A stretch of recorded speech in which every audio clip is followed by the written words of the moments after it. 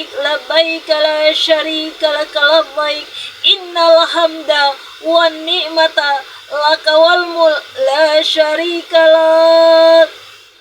Ambil dengan suara dalam. Kita ulang dengan suara yang biasa, dengan kerinduan yang paling dalam.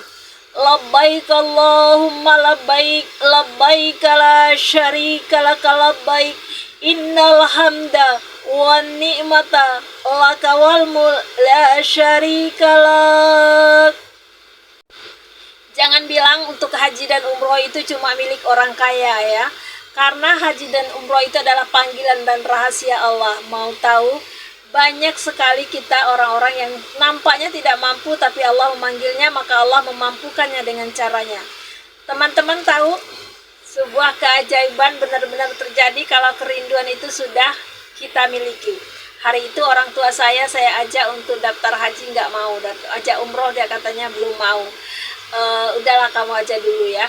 Itulah intinya. Waktu itu saya pegang uang, saya punya emas, bahkan saya tabungin 100 gram emas untuk orang tua saya waktu itu mau haji dan daftar haji sama saya.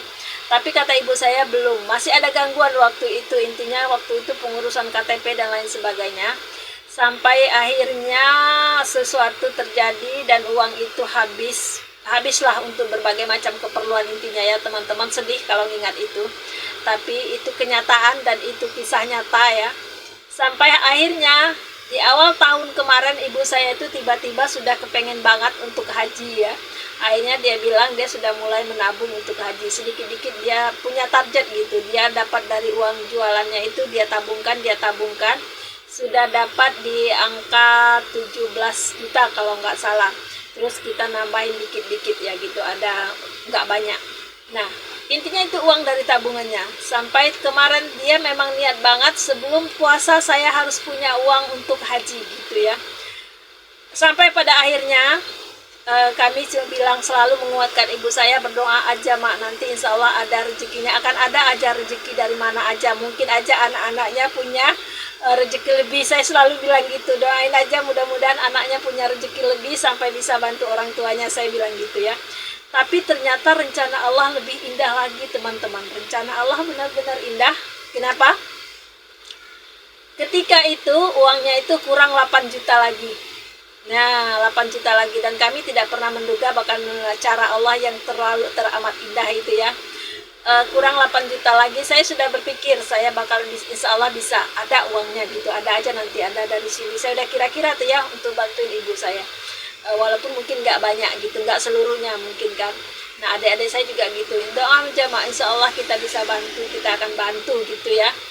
Sampai akhirnya sebelum puasa, bahkan sebelum puasa Allah sudah menjawab doa-doa dan kerinduannya. Ternyata musim duku membawa berkah buat ibu saya. Penjualan dukunya dapat berapa? Ibu saya butuh uang 8 juta untuk membayar daftar hajinya.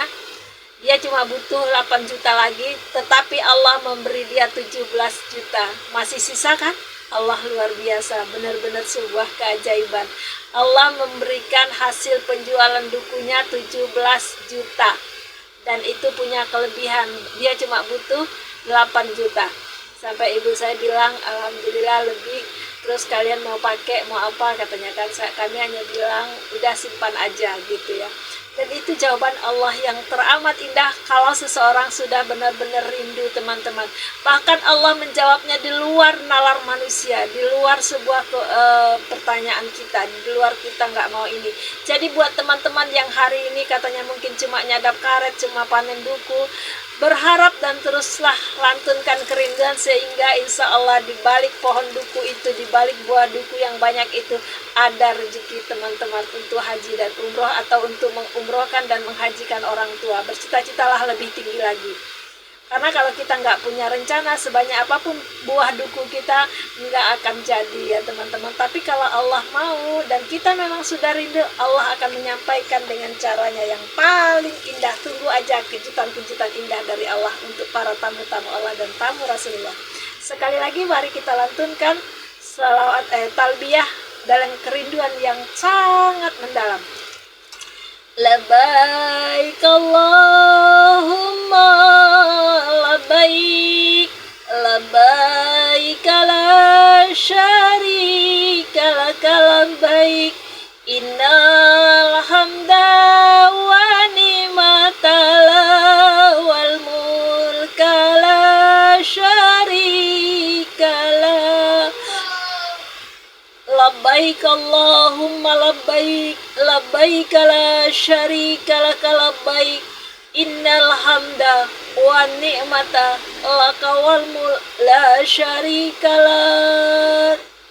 Ya, tetap lantunkan dan tetap terus kemudian perbanyak, karena memang caranya yang diajarkan oleh guru-guru kami di Salam Baitullah atau di seminar-seminar umroh dan haji itu adalah zikir, sholawat, talbiyah, kemudian istighfar. Nah itu tuh 4 itu yang harus selalu diperbanyak. Di samping kita harus memang tetap menabung ya. Nabung itu wajib walaupun cuma pancingan misalnya 50.000 aja. Niatkan 50.000 itu tulis di kertas untuk niat umroh atau haji gitu ya. Nanti itu sebagai pancingan aja dan tambahannya Allah akan datangkan dengan cara yang lain. Boleh jadi rezekinya mungkin dari anak-anak, boleh jadi rezekinya dari suami, dari istri, dari orang tua atau dari arah mana aja lah yang Allah mau, yang penting ada. Karena memang haji itu adalah rukun Islam dan kita wajib punya niat untuk tetap haji. Sekalipun mungkin keuangan kita tidak memadai, tapi itu tetap wajib ada niat untuk itu ya teman-teman.